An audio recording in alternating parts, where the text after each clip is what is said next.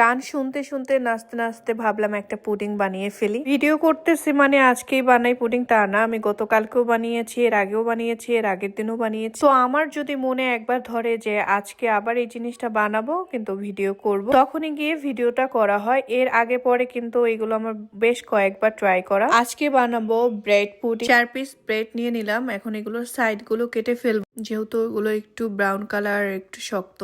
Mixer ব্লেন্ডারে blend করলে এগুলোও দেওয়া যায়, বাট এগুলো আমি দিব না।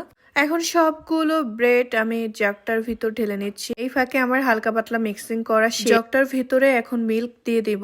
জাল করা মিল্ক গুলো একটু ঠান্ডা করে তারপর এটার ভিতর দিচ্ছি।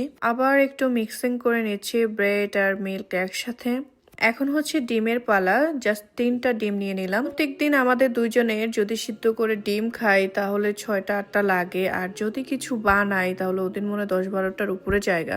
ডিমগুলো ফাটিয়ে সুন্দর করে মিক্স করে নিব।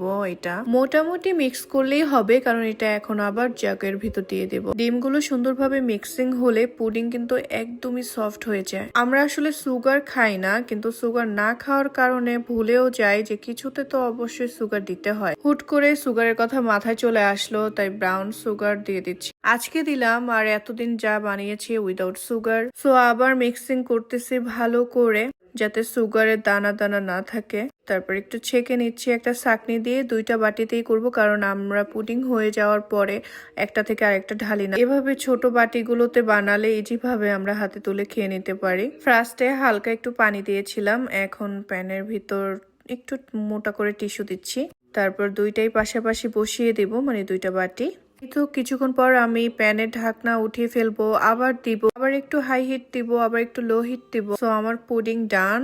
আমার মেবি 20 মিনিট আর 25 মিনিট লেগেছে। 2টা বাটিতে যেহেতু আছে, একটা খেয়ে নিয়েছি, ভাবলাম আরেকটা দিয়ে ভিডিও দেখাই দিব। সো এই তো সেকেন্ডটা, দেখুন কত সুন্দর হয়েছে। আর এটা ছিল ফার্স্টটা, মানে পেয়ে আগে সামনে দিয়ে কি দেখাবো, খেয়ে নিচ্ছিলাম।